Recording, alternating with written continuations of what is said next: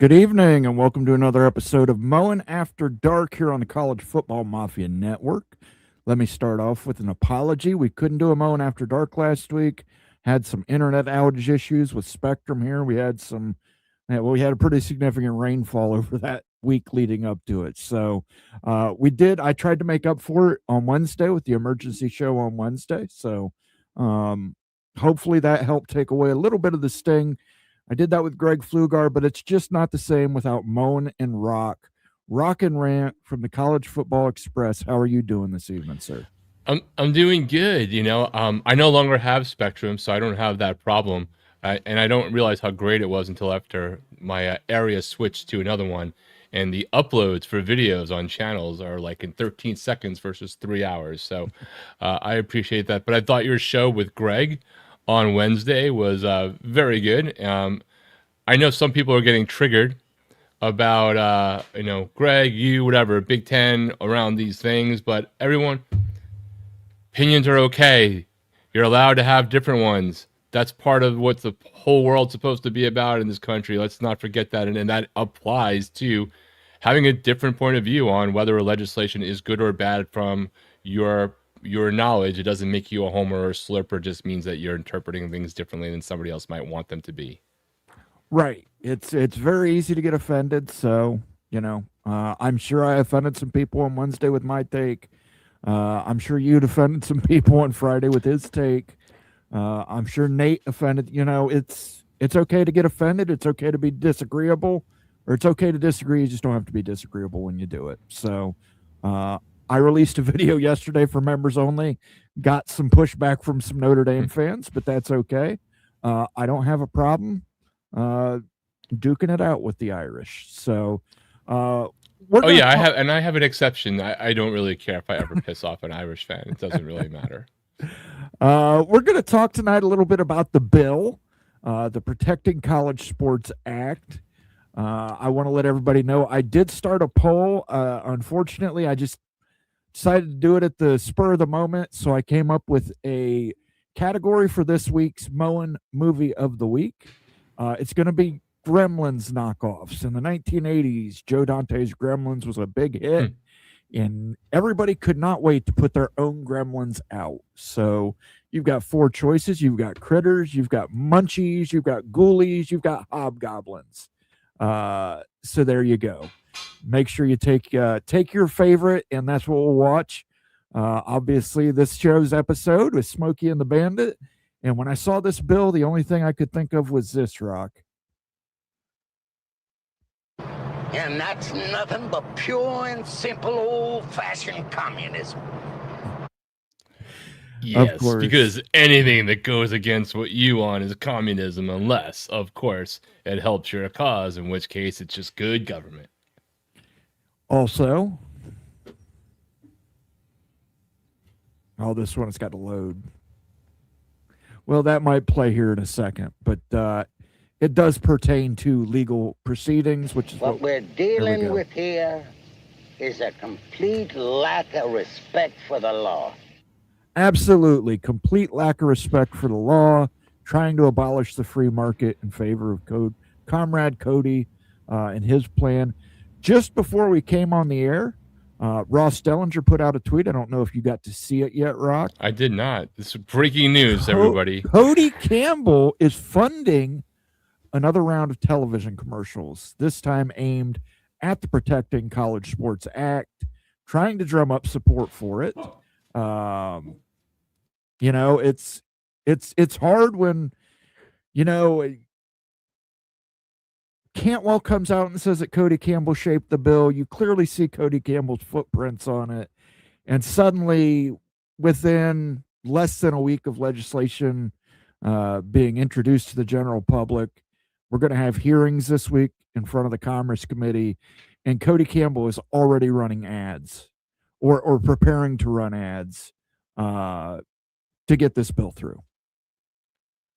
I mean, first of all, hey, Cody, I don't want to speak for the College Football Mafia because I'm just an affiliate from the LA office, but I'm sure we can do some NIL sponsorships across all of our network of channels and friends, even to try to convince those who are against it, like Moen. But I'm sure that Moen would be more than happy to take some of those ad dollars on your benefit. Other thing I noticed, Moen, conspicuously, did you notice that the first co-chairman of the Presidential Commission on College Sports, aka Nick Saban, I didn't hear a word from him this week. Well, he is going to be a key witness, or at least they've called him as a witness. I don't know if he will be there. They haven't released the schedule yet, I don't believe, but he is going to be a witness in front of the Commerce Committee discussing the Protecting College Sports Act, which is a little ridiculous because Nick Saban's time in college football has passed. It is no longer Nick Saban's era.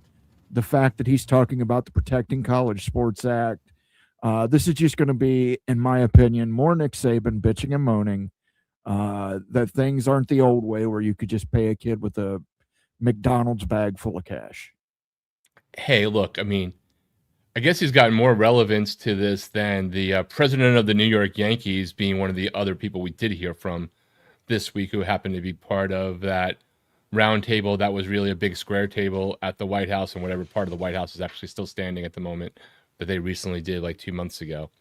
So, yeah, man, interesting. It was definitely an interesting week in the off season. It was a big week in the off season, even if this legislation does not pass, which I'll go on record, I don't think it's going to make it. Not in its current form, maybe not in any form.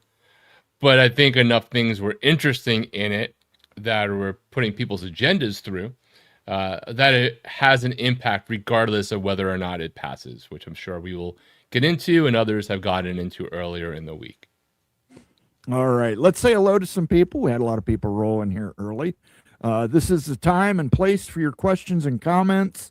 I know we didn't get to a lot of them on Friday. We were having a very heated discussion, very introspective. We had a lot of super chats on Friday, so I want to make sure we get to as many regular comments as we can tonight from our members. By the way, if you would like to become a member, leave a super chat, leave a super sticker.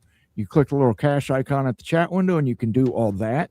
You could also go ahead and give us a like, a subscribe, a share. All those things are free, and they help us out tremendously in the YouTube algorithm. Indeed, they do. Evil Badger 72 is first in the house. He says, hi, CFM. Good to see you, Ryan. What's up, man? Hope you enjoyed most of that PLE today. I didn't watch it. It's getting too many commercials on ESPN for me. Buckshot Kid says, oh, hey, Moen and Rock. Good to see you, Buckshot. What's going on, man? Outlaw Skies was fifth.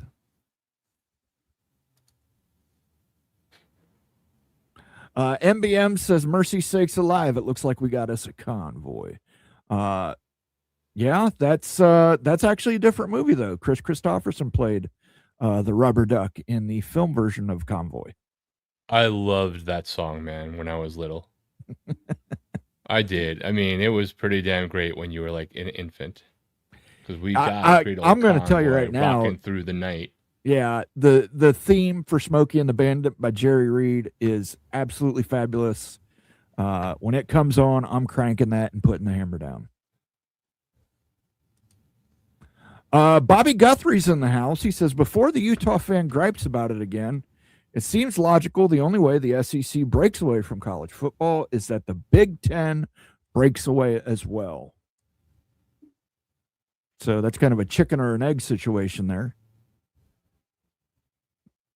But Ute's not on the show. He's only on Friday nights, Bobby. And he does his own standalone videos. So Bob Swanger says, hi, everyone. Good to see you, Bob. Penn State Nittany Lion. Good to have him in the house. The Big Lubbock is first, as always. Jan Holk's in the house all the way from Slovenia. Good to see you, Jan. Hope all's well over there. The other guy says, hi, everyone. Good to see you, Daniel. The only time I've seen Hobgoblins is from MST3K Experiment 907. Yeah, Hobgoblins is not a very good movie. It's on the cheaper side of a knockoff. MBM shows Mafia whiskey bottle. I'll drink a little whiskey. Thank you, MBM.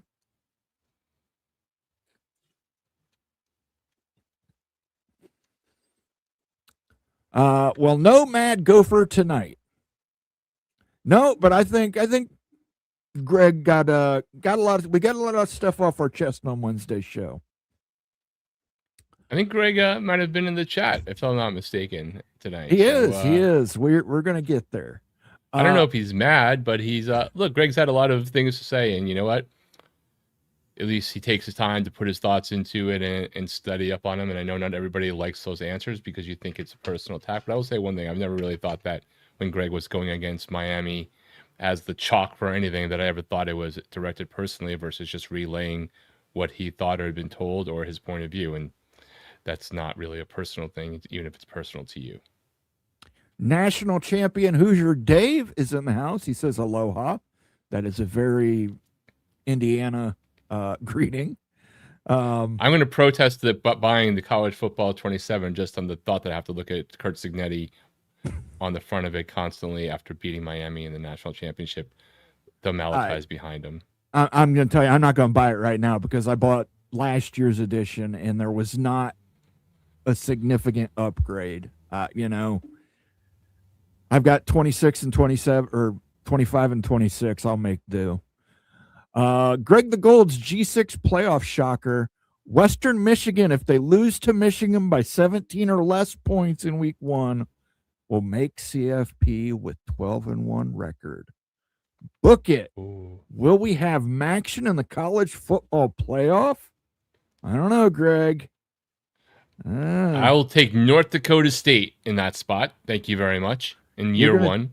You're going to take Mountain West, okay. Well, let's go ahead and give them a little Conan the Barbarian. Because that's what they are in Minnesota. Godless barbarians. And it's just going to stall and not play. I have to go through here and just literally hit play on all of them to get it to... Here we go. Crush your enemies. See them driven before you. And hear the lamentation of the women. Absolutely. You heard Rock's dog. He agrees with it as well. Thank you for the super chat, Greg. The cold. And I will continue to hit you with cold zingers until you prove me wrong, sir. I'm sorry. I have too much fun, and I see that everybody in the chat and your chat over on College Football Peek Around the Corner is getting in on the action. So we'll have to check that out. We'll have to keep doing it. Moan, I think it's very possible that there are more versions of Greg So Cold than there have been alternate bands for the Concert 250 mock names that have been out there. I think there's going to be more Greg So Cold zingers than Greg has wins this year. I mean, it's like more ice cream than in the Costco freezer section. Absolutely. FF18 Buff says, hey, Moan and Rock. Hope you're well, Rock. I hope I can see you again in a couple months out in LA. Sco Buffs. What's up, man? In reference to my previous comment, neither the SEC nor the Big Ten alone would have enough product, but put together might be more valuable than the rest combined. You bring up a great point here, Bobby Guthrie. And I don't know, I'm assuming you watched the Friday show because you brought up Wild Ute. I think part of it is that I think the Big Ten and the SEC, if they were going to do that, they're going to grab some more teams before they go into their cupboard and basically increase their inventory that way.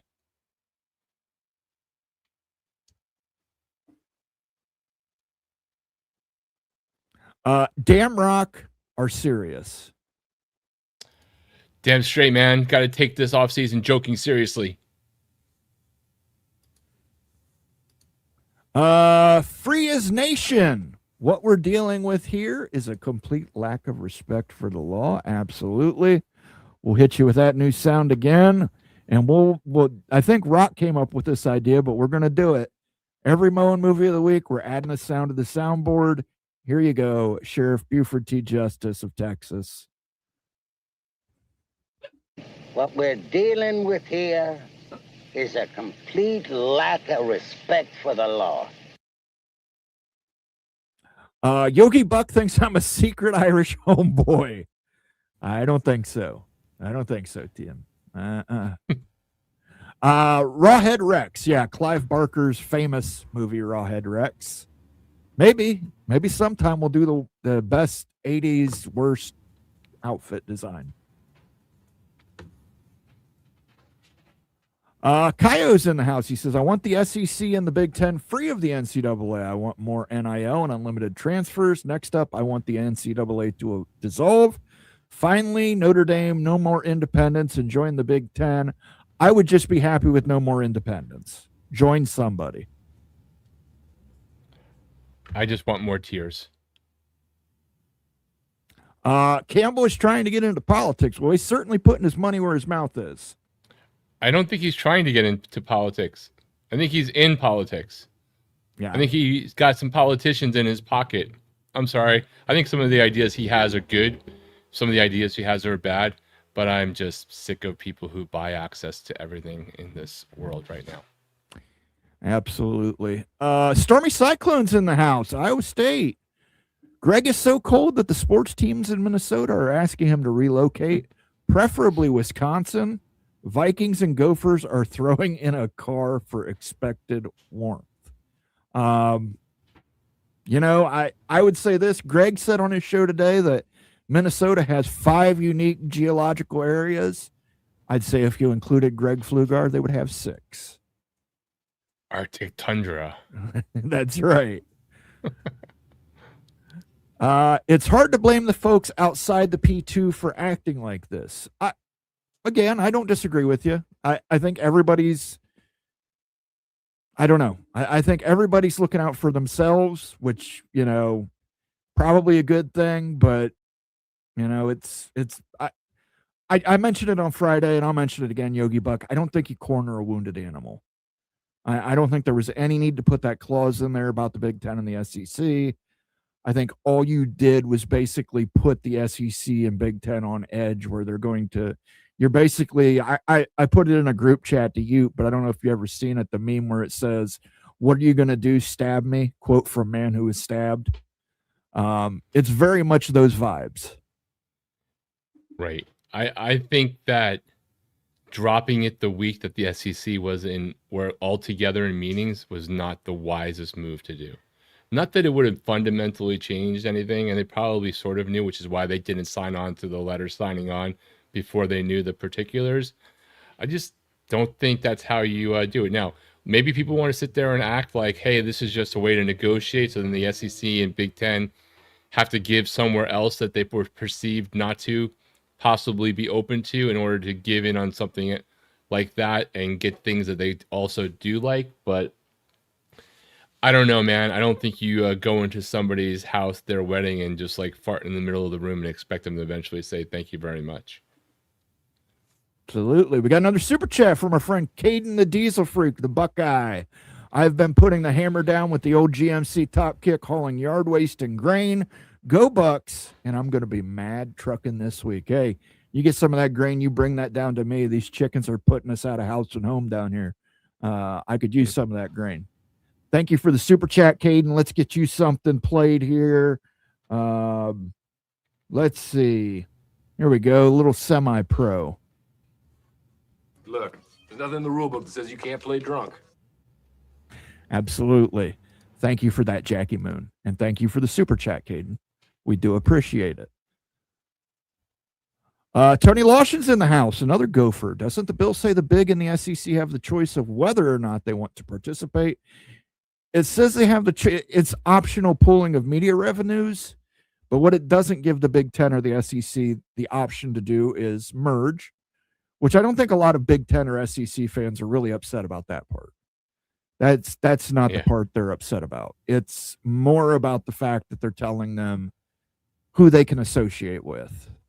It basically says if you take any university that's not currently in your conference, we're going to strip you of your antitrust rights, and you're going to be eligible for litigation from the conference that you took the team from.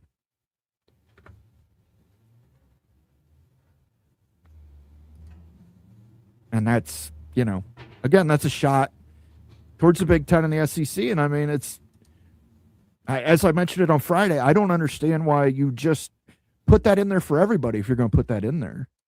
Because, I mean, there's nothing Yeah. stopping the ACC or the Big 12 from poaching each other. Agreed. I mean, if the ACC, and I put this out there, and I think it's a very likely idea, was, you know, the ACC, if they're still got Stanford and Cal out on an island, what's to stop them from going and grabbing Utah and Colorado to build more Western teams for their Western reach? They certainly could.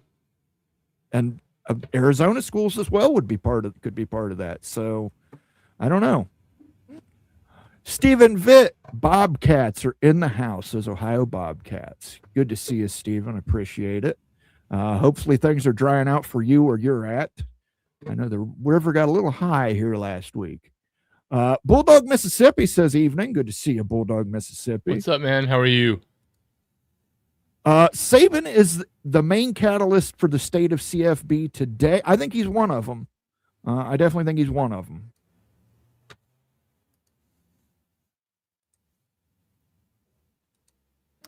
Stephen Vitt says a couple MAC teams may have something to say about Western Michigan. Ohio Bobcats might be one of them.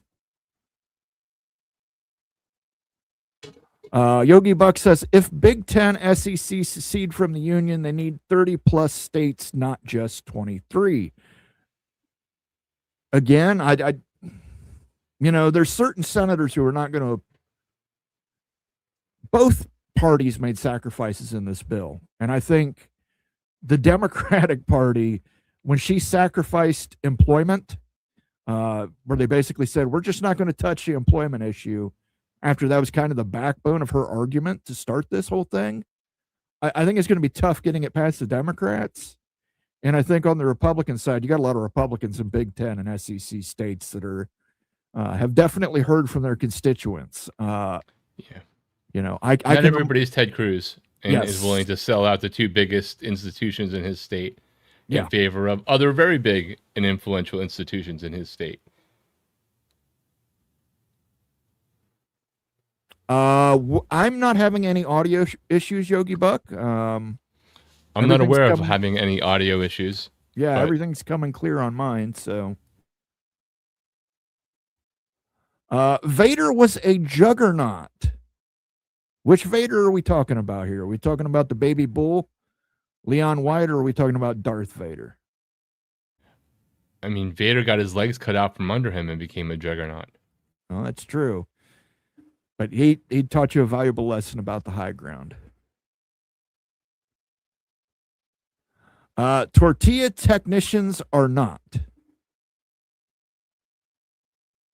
Oh, okay. I see what you're saying. Vader was a juggernaut. Tortilla technicians are not. S205 just says they can't cause a conference to go under 8 schools. Actually, if you read further past that part in the bill, Mr. Monkey says, which I did have an attorney look at it, it basically creates a toxic asset system where the ACC and Big 12 teams become toxic assets for anybody who pocketed over $1 billion in fiscal year 2025, which is both the Big 10 and the SEC.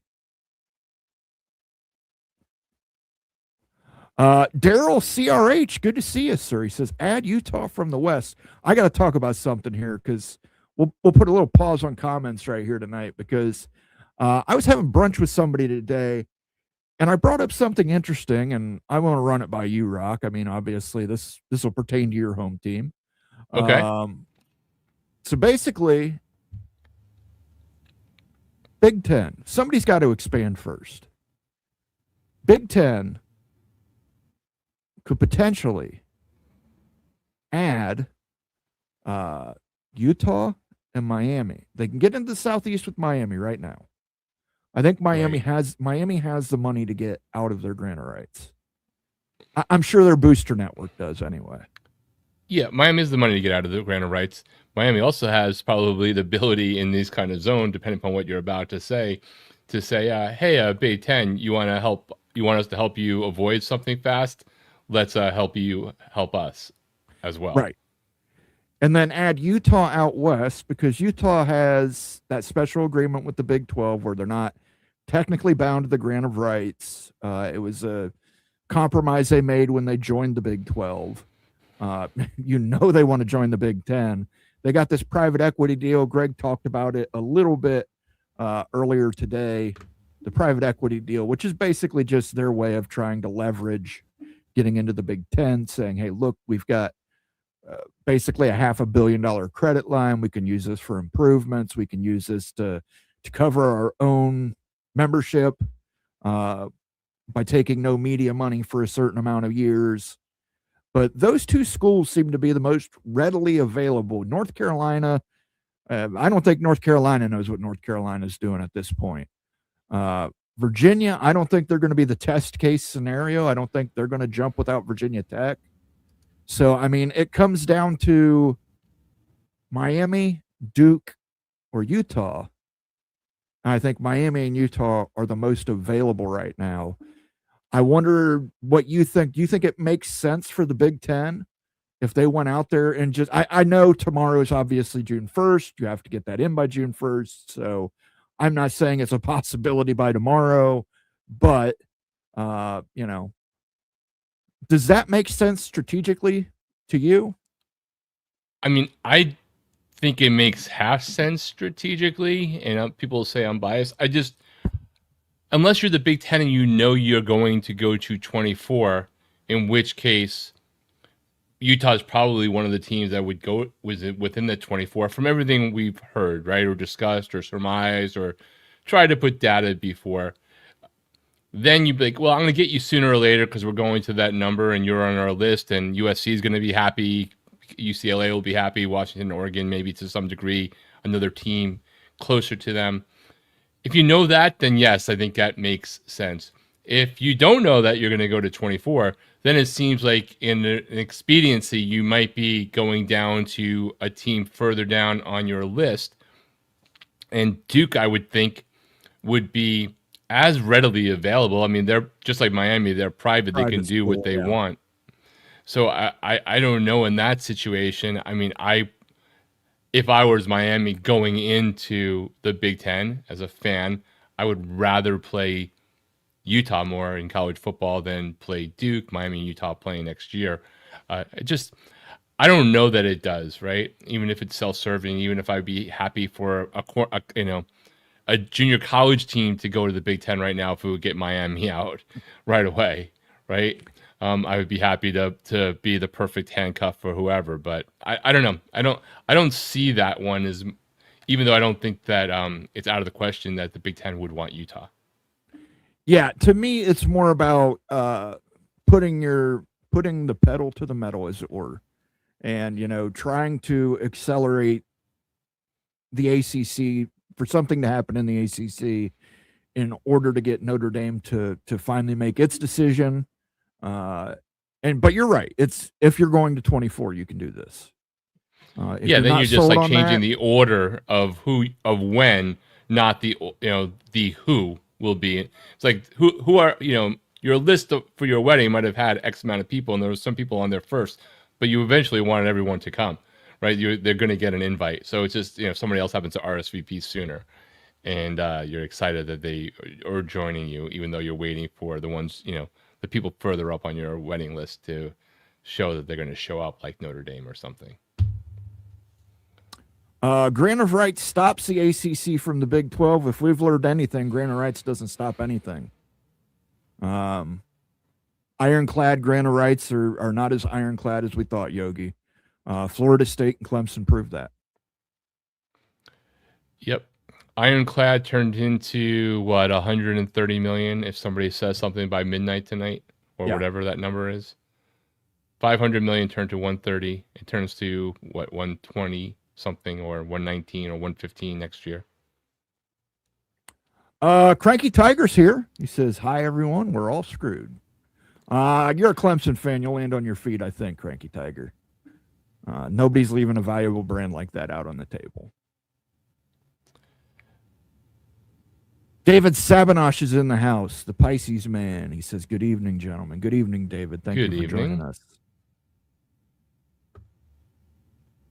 I'm going to try and pronounce this. Arn Kriegbaum. I hope I got that right. How many think you years did.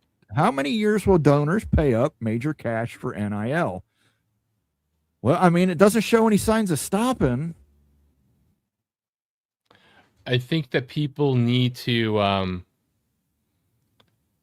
in theory, I think it eventually would stop, right? But if major donors are essentially getting treated as if they are minority owners in a professional team, right? They might be in the form of they're donating, but they have their own box, they get this, all the things that, you know, a minority owner of the New York Yankees might get, or a football team, even though they don't have all the ultimate decision making abilities, but they technically own it. Now, granted, they're not getting profit return to them, but their costs are also not as high as their buy-in would have been. And in some cases, the donors get to know that their money is going specifically towards these players. And some of the boosters are actually boosters of programs or working with companies or brands that the NIL actually crosses over well to their business needs. Not most, not always, but there are a few that, you know, they can do double duty that way. The Big Lubbock says Republicans don't get elected in Texas without the massive rural vote, which includes West Texas. I don't disagree with you, Big Lubbock, but I'm more concerned with the Republicans in other states. I mean, John Husted's up for election this year in Ohio. He cannot vote for this bill. A vote for this bill, I mean, his opponents are going to use it over and over again that John Husted voted against Ohio State. And that's not something you want in an Ohio election. And she's not going to get Democrats either. I mean, Chris Murphy, Connecticut, already came out and said, I'm not voting for it. He did, and he's very influential on the Democratic side. So, I mean, Mo, don't you think it's possible that just like the SCORE Act maybe had a chance of passing the House, even though they ultimately could not get it to the floor, that this act could get to 60, but actually would have a harder time passing the House? Well, yeah, I think it would have a harder time passing the House. I mean, the House is going to be, it's a midterm election. Everybody's seats are up. It's a complete gridlock situation in the House. I don't think they can get the 60 in the Senate. I don't think they can either. I think it's just to get some popcorn and watch people freak out, either because they're against it or for it and wishing it would happen or not happen. And I'm just sitting on the sidelines going, I swear on everything, I wish a year and a half ago there was a way to put everything I owned into Kalshi or Polymarket about the government not being able to get anything done by the end of last year or through this next sequence, because I'd be retired and joining one of our friends in a foreign country doing this show remotely live at a weird hour. Yeah. Yeah, I don't trust the government to do anything that doesn't benefit the government. Maybe the ACC SEC can do a reverse merger. That's from OPD Don. Here's the thing. There's just not enough accretive assets to merge the ACC and the SEC. Yeah. I mean, I do wish there was a way to do an alternate universe of this, because I do believe if all of the conferences, including the Power 2, were to merge their media assets together and go negotiate a deal, that everybody would make more money. The problem is the biggest brands in the Big Ten and the SEC would definitely make more money, even in an uneven share, but the gap between them and others would decrease. Not everybody would make the same amount of money. It wouldn't be pure NFL, but I do think the scarcity would matter. So yes, Ohio State, I think, would make more money in a media deal of pooled rights than they do in the Big Ten, but they would also not have as big of a gap on a bunch of other teams that they're competing with ultimately, and that's a competitive disadvantage for the upper echelon. But then again, those teams are not the votes, and this is never going to happen because Tony Petitti and Greg Senku would never want it to happen either. Yeah, I mean, it's a situation, and I thought Greg did a very good job showing it off today with that book of the Big Ten's history. The first 80 years from 1976, which made me feel really, really old. But just how old the Big Ten is and how committed these institutions are to one another. Ohio State does not want to get more media revenue at the expense of a Minnesota. I don't buy that for a minute. Well, I don't. I don't believe that the Big Ten is going to not eventually have the ACC model in some form. I don't believe that, because Ohio State is going to be altruistic if they are, and that's their DNA, up until the point that others are not.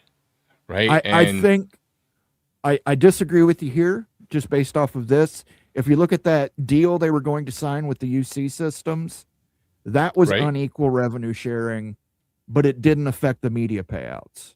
So they can do unequal revenue sharing through an intermediary without messing up anybody's media payouts. So yes, Ohio State would have more value. It would make more money for that entity. Therefore, they would get paid more than Minnesota. Yeah, but ultimately, depending upon how big that new pie would have been of dollars from the equity, and I don't know what it would have been versus the media deals, which we have some visibility. Does it really matter if I make $25 million more a year than you from my checking account versus my savings account, if at the end of the day, the dollar amount is still roughly $25 million difference from all of the pooled money we have? Either way, there's a gap. Like now we're talking about semantics of, well, we have equal shares in our media rights, but in this private equity deal that's worth $1 billion too, we don't. But for starters, it's a private capital deal. It was never private equity. Okay. So that's Somebody else's money public- under a different thing, a public institution or whatever. It's a bunch of people investing in stocks and equities, whether for a freaking, a union pension fund or for 3 dudes on Wall Street. Tony Lawson says Notre Dame and Miami or Florida State and Miami to reach 20. Here's my point of view. Notre Dame isn't going to move unless you force Notre Dame. And that would be my idea behind going ahead and taking Utah and Miami now. It would basically be enough to force Notre Dame to determine what they want to do, because they would be losing. They just signed a deal with the ACC where they get to play Florida State, Clemson, and Miami semi-regularly. Miami joins the Big Ten, they can strike that off. If Texas goes silo like they're talking, or like the SEC's talking about, apparently, Texas, I don't even know why they announced it. They came out and said, well, we're going to play the Irish in 28 and 29, maybe.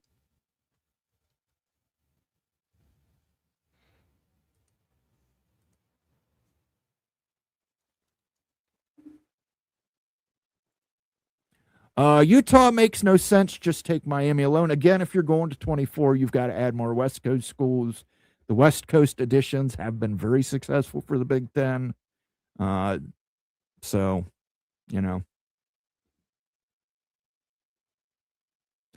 North Carolina governor wants the ACC to stay the way it is and is against expansion. Well, congratulations to him. But it's not going to stop Duke. They're a private school. Right. I remember when, the typewriter companies just wanted typewriters to stay exactly the way they were. That worked out very well. Utah cannot leave right now, 5 years minimum. I don't believe that's correct, Yogi Buck. I would have to ask Ute to explain it better, but when Utah agreed to join the Big 12, they signed a different deal than every other team.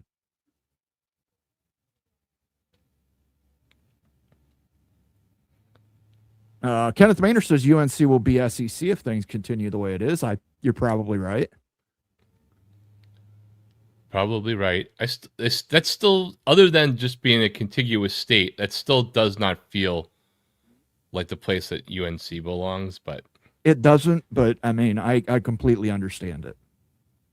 It's like a shotgun marriage because you're right. It would be like Utah going to the SEC is a head scratcher.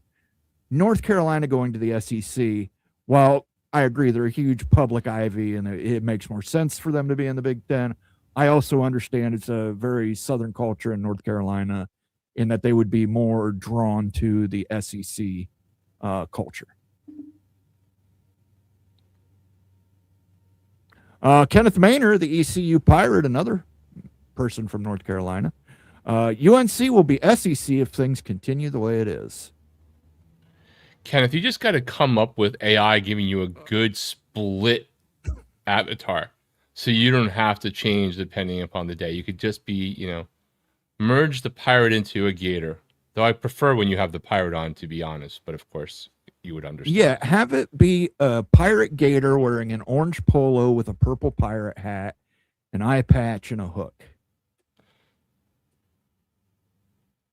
I mean, it's Blend not them like all there's not in. a history of like animals and amphibious type creatures, chewing up and merging with pirates.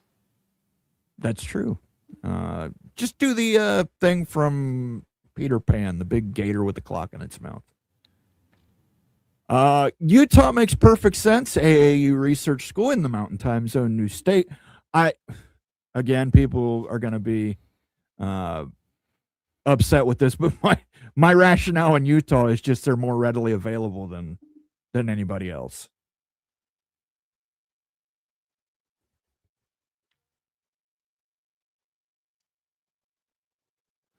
Hurting both the Big 12 and the ACC by plucking one team each is a sound strategy for the Big 10. I agree. I again, this is not something I'm saying is going to happen or pushing for to happen. It just occurred to me in a discussion today strategically that you could basically kind of kick one of the legs on the table to just kind of make it topple over.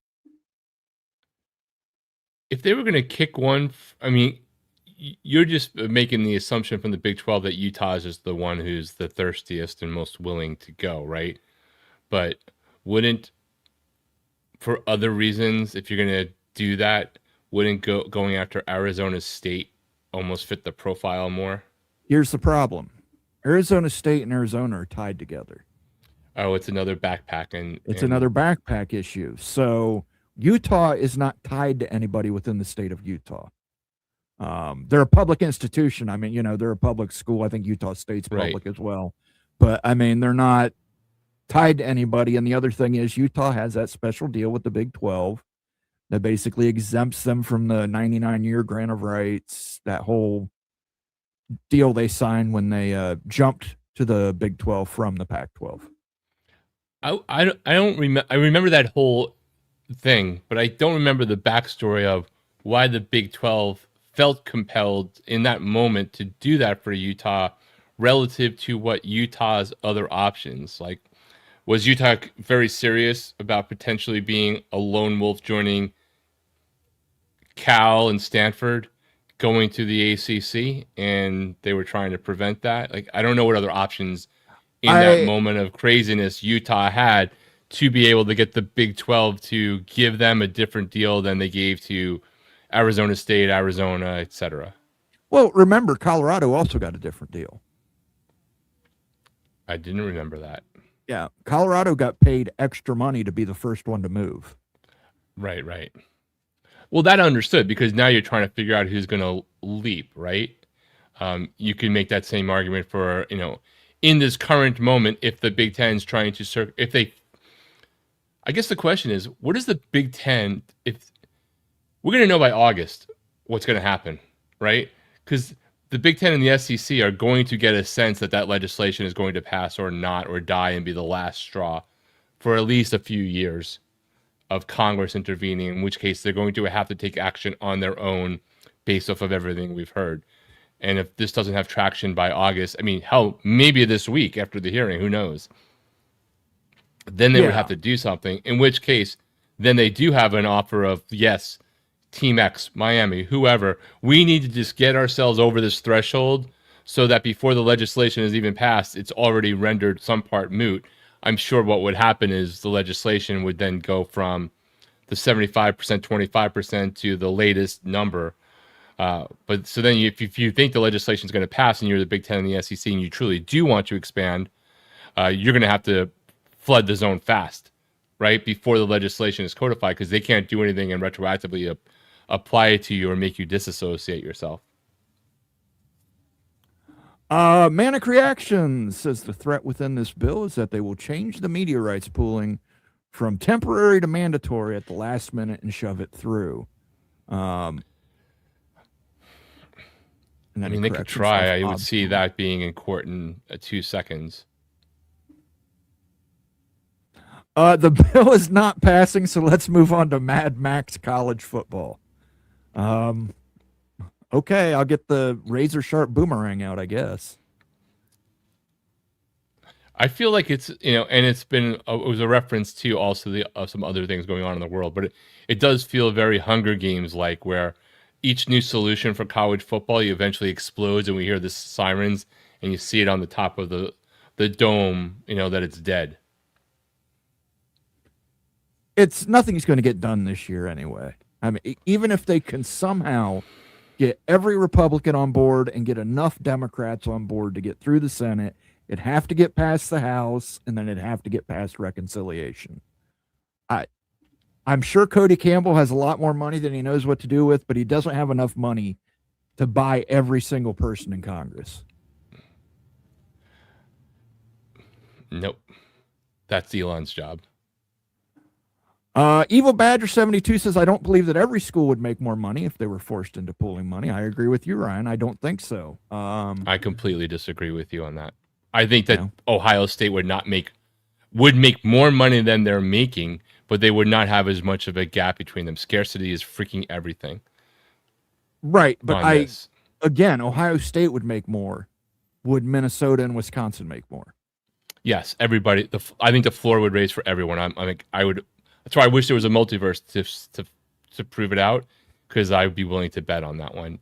And that's just more from my background of being, somewhat media sports adjacent in the past and doing deals that were along these lines and knowing what happened and just history of it. BYU football's in the house. He says it's all about power. Manic Reaction says it's all about money. It's all about money and power. Always has been. Always will be. The golden rule. Who has the gold makes the rules. Thank you for that super chat, by the way, Ryan Whitley. I owe you a sounder. Let me see here. Here we go. Got to do a Badger one. It'll start, I swear, at some point. We'll just be talking, and this clip from UHF is going to start about Badgers. 3 Badgers. Badgers? Badgers? We don't need no stinking Badgers. Thank you for the super chat, Ryan. I don't know if you've ever seen UHF before, but that's a fantastic movie. Not only have I seen UHF, I've seen Al Yankovic. There you go. I've never seen Al Yankovic. And I'm sure Vic would probably be upset by it. Dad, greetings from the wilderness of also Rans. Hey, man, you guys are still in the college baseball running, as opposed to I'm sitting here trying to figure out how Miami's going to eventually either ignore or fire our baseball coach. But then again, I don't really care about baseball that much compared to football. So I'll take Miami's predicament in baseball versus Florida State's predicament in Mike Norvelling. I will tell you what, the Big Ten and the SEC need to go hire Jimmy Sexton. If anybody can cut a good deal for him, it's Jimmy Sexton. I mean, seriously, right? Cody Campbell should hire him. Then maybe this legislation would pass. Yeah. The Pac-12 doesn't want to share Muse's value with the Mountain West either. They want to kill the Mountain West and get UNLV for cheap. Yeah, have you met the Pac-12 commissioner? Yeah, we talked about this a little bit on Friday. I think that's another situation where, the Pac-12 was against poaching until they went and poached the Mountain West. Everybody's got bloody hands in this whole situation. You can go back. The ACC butchered the Big East. The Big 12 butchered the Southwestern Conference. Or I should say the Big Video Eight killed butchered. the radio star. That's right. Video killed the radio star.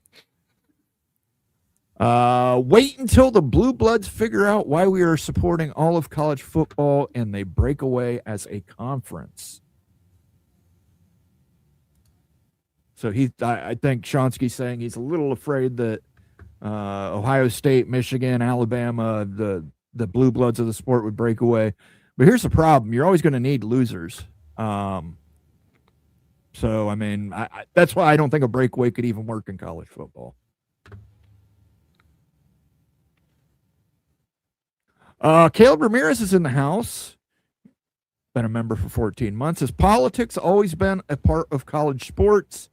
It just in the open now in politics stuff in sports has sometimes made me not to watch. You can go back to the 1980s. Oklahoma basically sued the NCAA. who was the other school? There was another school that sued the NCAA that basically got us to where we're at now, where conferences can negotiate their own media rights. It used to be all of it was pooled and negotiated through the NCAA. Right. But even before that, I mean, you know, presidents would go to football games, presidential candidates would go to big time football games. I mean, it's hard to get away from politics at any point in this world anymore. The other guy says Utah is now a part of the 99-year deal. The Big 12 gave Utah a 1-year deal to find a Big 10 deal, but that passed. I will have to look into that, Daniel. From what I heard from somebody was that deal was enough to give the Big 10 time to work it out. But you might be right, Daniel, but I'll look into it. Thank you for the super chat, Daniel. Thank you for popping that 14 Daniel. members. Caleb Ramirez, we like it when we got you here for more than a year. That's the best time. Let's do a little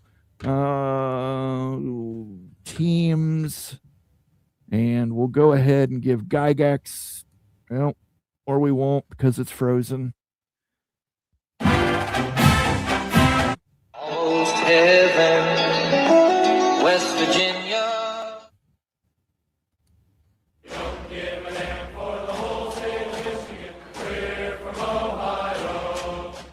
Thank you, Caleb. Thank you, Daniel. Appreciate that, sir. Let me see here. Until a bill, this is from Illini Ted, our friend Illini Ted. What's up, Ted? Until a bill is created by a politician with input also from the power to, these bills will keep failing due to politicians representing the P2 states voting it down. Which is another, I put it out there. You take Florida, you take a school in Utah. I mean, you could potentially be blocking, 4 senatorial votes. But Ted and Moen, this was introduced by input from senators in power 2 states, right? Washington is in Big Ten, and Texas A&M are in the SEC. Cruz and Cantwell, they have mixed constituencies in their state. Now, they went in another direction, which I think is interesting. I mean, Ted Cruz is his own thing, which, commentary could be on a different type of channel and show. And Cantwell was very, I could understand him more because she was always more in favor of the athlete side. But this is certainly going against what University of Washington, as part of the Big Ten, would probably support. Absolutely. MBM says we're going to play Notre Dame in 28, 29, maybe. Yeah, it just didn't make sense. Right. It's just a dumb press release. It's like, this might happen. Okay. Tom Dubé's in the house. He says, I think the final straw for Notre Dame will be CFP metrics being extremely focused on strength of schedule. Good news for the Notre Dame Fighting Irish. They do have a good strength of schedule. They basically manufactured it that way when they said they wanted to play Clemson, Florida State, Miami more often in their ACC scheduling. They signed that 12-year deal with Clemson to play each other.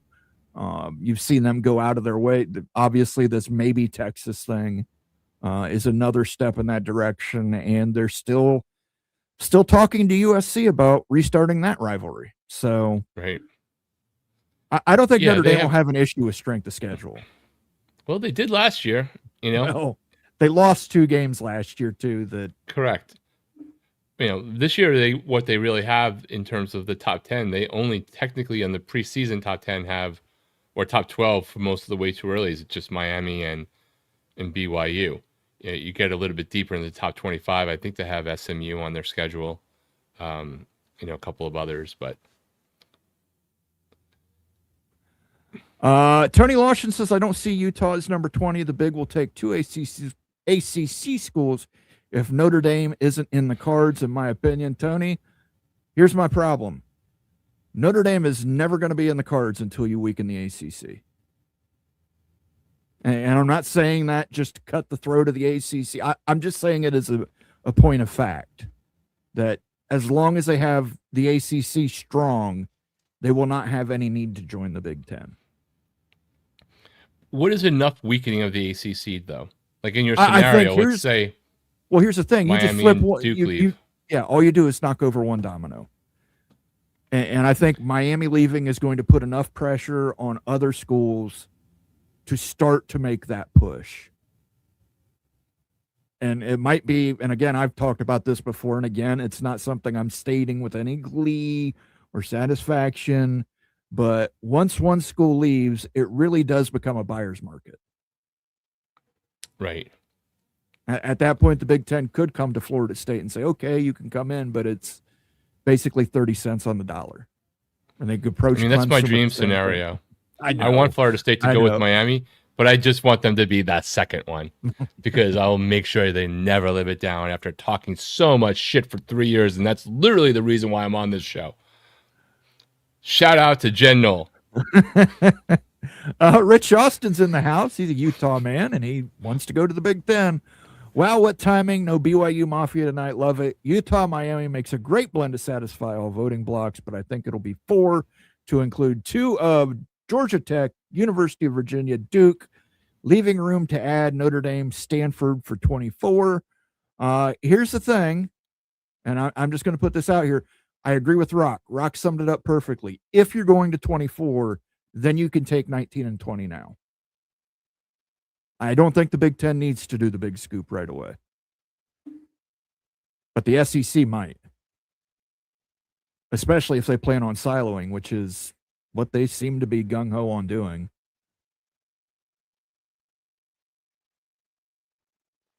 USC was successful because of carriage fees to the Big Ten network.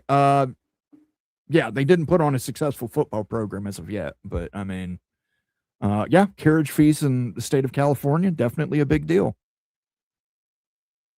But that was not an easy fight. They really had to fight to get the entire state of California from these cable providers. I believe it's Xfinity out there and Comcast. It's all, yeah, it's everyone's got a little piece of something out here. Yeah. I've heard the rumor about Utah not signing the Gore, but heard that was false also. Again, from what I understood, Utah basically had an out.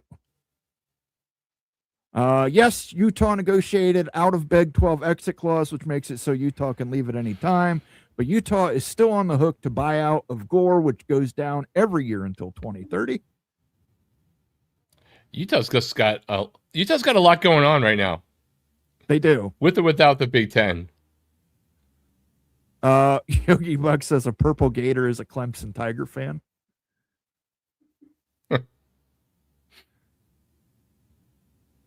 Kenneth Maynard says North Carolina is a southern state, lived here all my life, SEC culture. Again, that's why I think I don't know that I want to go as far as saying it makes sense, but it doesn't, I don't view it as, dissuading.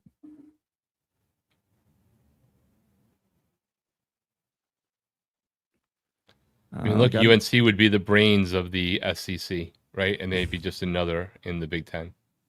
Listen, I mean, the SEC, we've talked about it before. The SEC, their last few expansions outside of Oklahoma have all been AAU institutions. Missouri, Texas A&M, Texas, all highly ranked AAU universities. Georgia's on the precipice of becoming an AAU university. That's also proximity. I mean, Georgia should have been. It's probably inexcusable that Georgia hadn't been AAU for a long time, right? They should have, as an institution in that state with that population and that history, you would have hoped that they would have been positioned and adopted into it a long time ago. But yes, I'm sure they will make it in short order. Whenever those books are opened up to make them a made man of the AAU. And I think that's going to happen a lot sooner than people think too. I think we're going to get some more teams made AAU here within the next 2 years. Kenneth Maynard, $5 holler, says I could see Cody and Texas Tech telling the Big 12, see you in court in Lubbock if they had a spot in the Power 2. Wouldn't put it past them. Oh, absolutely. Absolutely. Yes, except that will get appealed. And it'll eventually get out of the wrong district and the wrong appellate thing. And it'll go to a place where there's a lot of Big 10 alumni and lawyers and judges too. He's got the pirate thing on tonight, so we'll play the pirate sounder. Thank you for the super chat, sir. It is much appreciated. And that's kind of funny. ECU and Florida are right beside each other on the soundboard here. Do what you want because a pirate is free. You are a pirate. And we got a super chat from Capo Major for $10. Utah to the big equivalent of Rocky Mountain Huskers. Listen, if you're going to add somebody on the West Coast, they're the ones that's available. Sometimes it's like the saying goes, you can't always get what you want, but sometimes you get what you need. You have to try sometime. You got to try sometime. Thank you for the super chat, Capo Major. Do appreciate that. Let me give you, let's see. Let's do something new. Capo Major. Here we go. I got my Magnum condoms. I got my Wada hundreds. I'm ready to plow. From It's Always Sunny in Philadelphia, Dr. Mantis, Dr. Toboggan Mantis. Or Mantis Toboggan, excuse me. That's Dr. Mantis Toboggan.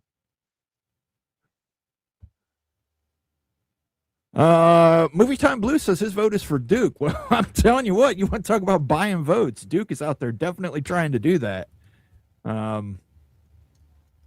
I even heard Greg mention it on his show today, and I've heard about it. So, dude, UCLA lost in baseball. Holy crap. They're out. Number 1, out. Didn't even get out of their own home bracket. yeah, only if you're a team from Indiana and you're number 1 do you get that wire to wire. Bulldog Mississippi says, I just don't see the SEC going any further west. What's left out there that's valuable enough to make it worthwhile? I brought it up before, Bulldog Mississippi. I think Oklahoma State's still a viable candidate out there. You have 2 teams in Texas. You could probably have 2 teams in Oklahoma. There's definitely money out there. So I'm not saying that puts Oklahoma State high on the list, but I don't think you can close the door completely. Likewise with Kansas, I don't think you can close the door completely on Kansas.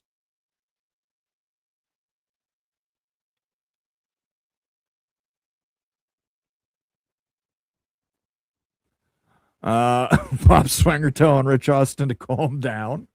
Rich is just a little excited. Don't.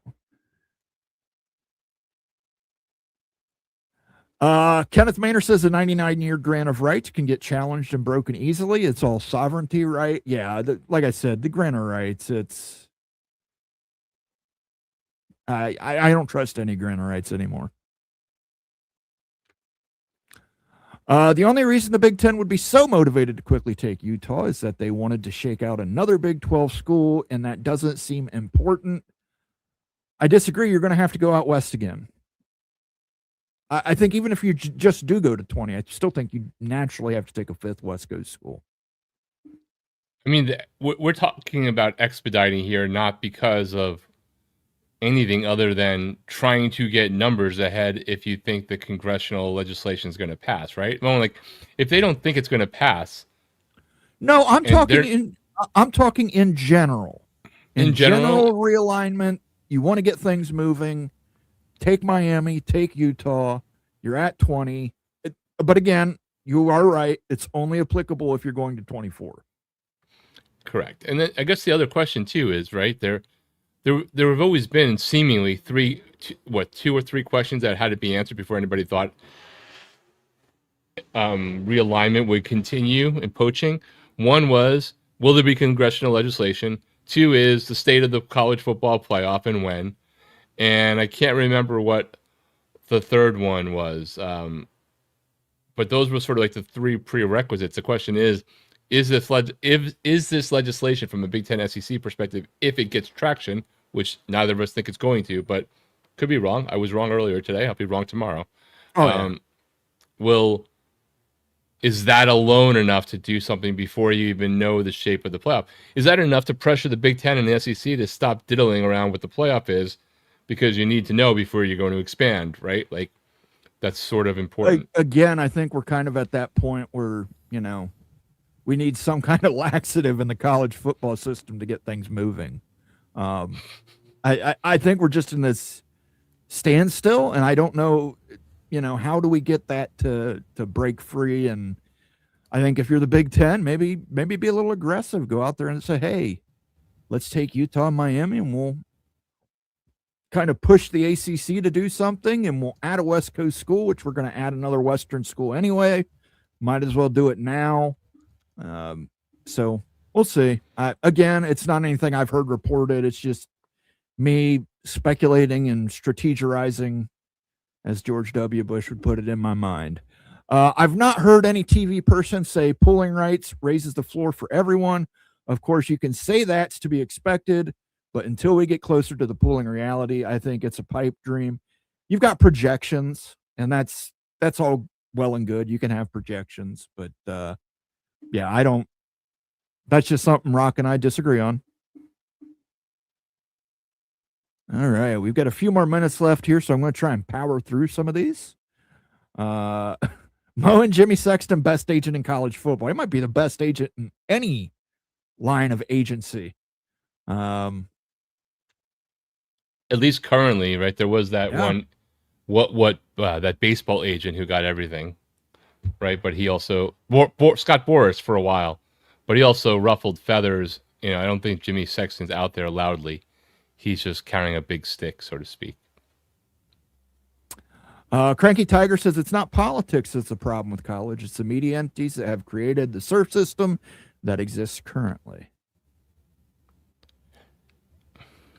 To some degree, but we got a lot. There also are a lot of programs, that like you can't expect to be treated like top 20 when you're top 90 all the time if you don't invest that way. Like, that's just market forces too.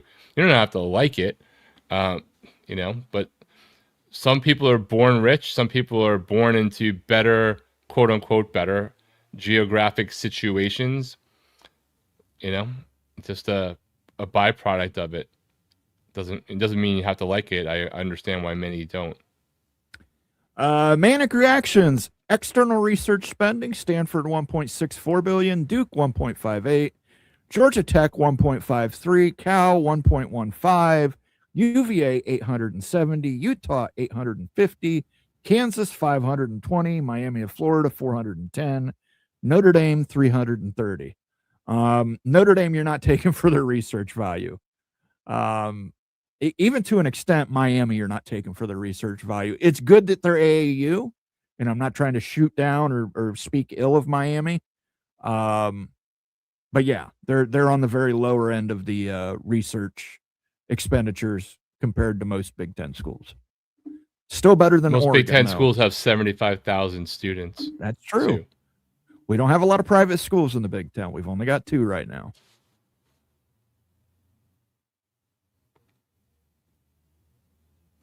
Kenneth Maynard says, I could see Cody and Texas Tech telling the Big 12 to see you in court. Oh, I think I already did this one. I apologize. They'll still see him in court. Still see him in court. You're absolutely They'll right. always be suing. Evil Badger 72 says, Comrade Cody is completely wrong on several things. Comrade Cody only cares about Texas Tech and himself. He doesn't care about Sorsby's addiction. Yeah, we didn't even really talk about that. We covered that a lot on Friday, though. I mean, it's not a good look. I don't think we didn't get your opinion on it. You weren't able to join on Friday. What are your thoughts on the Brendan Sorsby thing? Man should never play another down in college football. Nothing has changed. It's even gotten worse. He's sending money to outside people from the state of Texas to get around Texas laws. He didn't just bet dollars on Indiana. He bet $90,000 on 40 bets. Like, I'm not saying addiction's not a thing. I'm saying he might actually have it.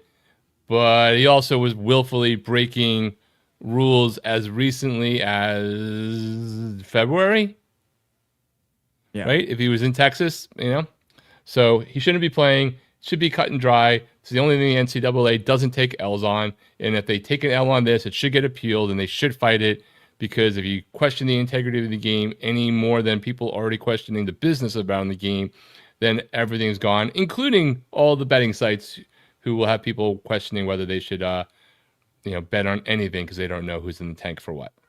Yeah, definitely. You're really getting into some serious stuff.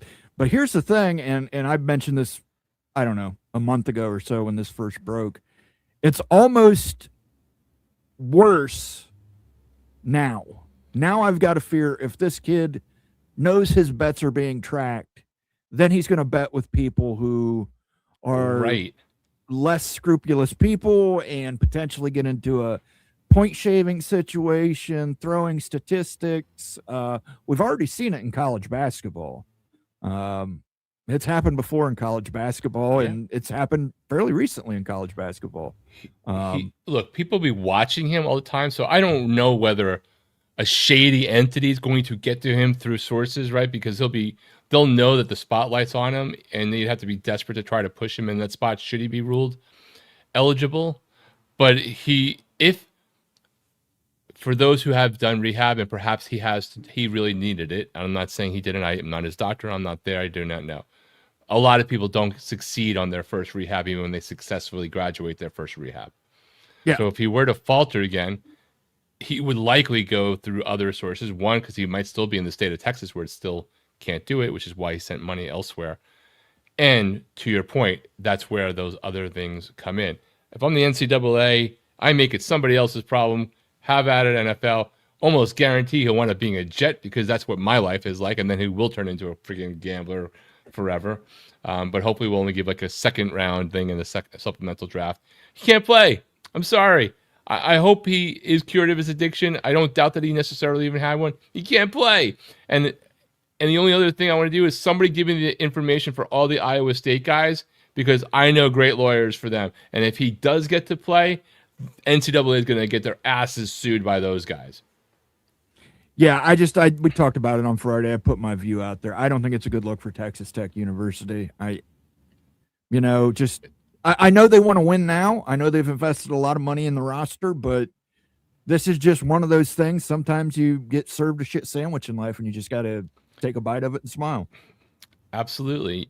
I think it's a bad look for them. I don't, Cody Campbell needs to distance himself a little bit more. He'd be much more powerful behind the scenes, I think, than always being the poster child for everything at Texas Tech. I agree. I think he does Texas Tech and he does the Big 12 no favors. And he came out, I thought, with some good things, right? If he had come out as like a champion originally and put some things out there to use the power for good, but when it became moving from it's just a way to get your own team as opposed to just defending all of college sports because you were a former athlete, like the narrative has changed on him to me as an outsider who doesn't really care one way or the other. Got nothing against Texas Tech or anything. Billionaires exist everywhere. He's just so out front that you can't really figure out, whether it's anything more, if there's even some altruistic aspect of what he's trying to do. Absolutely. Speaking of which, we'll get this one in one more time since you brought up Comrade Cody. You know what Buford T. Justice thinks of it. And that's nothing but pure and simple old-fashioned communism. One more super chat here for Capo Major, and then we're going to leave for the evening. I want to thank everybody for joining us. If you have not done so yet, make sure you hit that like and subscribe button. That helps us out tremendously. Costs nothing. Leave a comment on the video, too. We do respond to comments. I've responded to a couple Notre Dame fans today, so we respond to comments. Capo Major says, my calculations is just guessing SEC/Big Ten silo plus Army of 24 equals conference expansion. Hey, Mr. WVU, Hawkins will be a star this year in Morgantown. Good luck. There you go. Talking to Daniel Gygax there. Good luck to Mr. Hawkins in Morgantown this season. I think it'll be a fun one for the Mountaineers. Thank you for the super chat, Capo Major. Let me see if we can find one here for you. I can play this Warriors one, but then I got to argue with them. So I'm not going to play that one. Let's do a little replacements. Pain heals. Chicks dig scars. Glory lasts forever. That's right. Glory lasts forever. All right, Rock, before we get out of here, we're going to do our world famous last call. What's your last call for this week? Last call is the Sorsby thing, man. The hearing's coming up this week. I would love a judge to explain to us how Sorsby has, because all he needs is an injunction, right? This is coming to a head this week. If he gets an injunction, he's playing. There's almost no chance it's going to get overruled in time before he plays a game. I think it's a risky thing for Sorsby because if somehow another court overrules him after June 30th, then he's screwed, right? Because he will not be eligible for the NFL and he could be ruled ineligible. But generally, if he gets an injunction, I think he's probably playing. I don't think that's happening because I would like any judge that's not completely in the tank for someone to say why they would think he has a reasonable expectation of winning a case on gambling in the only area that the NCAA has not taken a loss. Yeah, I think the best thing for Texas Tech is just to move forward. You're right. It would be a disaster if Brendan Sorsby started the season. Their backup did not have first-team reps and suddenly gets thrown in there. Even though most people are predicting them to have, and I hate saying this before the season starts because everybody, they have a soft season. Well, you don't know how the season's going to play out. You don't know who's going to be good. You don't know who's going to be bad. But yeah, you really don't want that. So my last call for the evening is college football is less than 100 days away. And the lowest media rights package out there for college football is going to be C-SPAN. Because I think everybody's going to be tuned into C-SPAN on Wednesday to watch Nick Saban and all the other witnesses they have coming forward to testify in front of the Commerce Committee. Nate is going to have a show on Tuesday, which is a call-in show. Maybe we might do another Moan After Dark on Wednesday this week. We'll have to see how things pan out and what news comes out. But, yeah, I think C-SPAN is going to get the rating spike from having college football covered. Hey, that's maybe talk about, we could do play-by-play on that one because you can, congressional feeds are free game. Yeah, we can put them all we want. Let's do a telestrator with the congressional hearing. And, you see, he's got his We could just have like a 6-hour dunk fest on all the idiots that are telling us hypocrisy on screen. Yes. Yeah, absolutely. For myself, for Rock, I want to thank everybody who joined us here tonight. I want to thank especially everybody for the super chats and popping those memberships. We love to see that. Greg, peek around the corner. Make sure you watch Greg on his channel, College Football Peek Around the Corner with Greg Flugar. Caden the Diesel Freak, Evil Badger, Caleb Ramirez, 14 months. The other guy, Gax, Kenneth Maynor, Capo Major. Thank you all for the super chats. I do appreciate them. They help us out tremendously in keeping the lights on around here. For myself, for Rock, we will see you next Sunday. But Tuesday night, tune in for Nate's Call-In Show here live on the College Football Mafia Network. Peace out.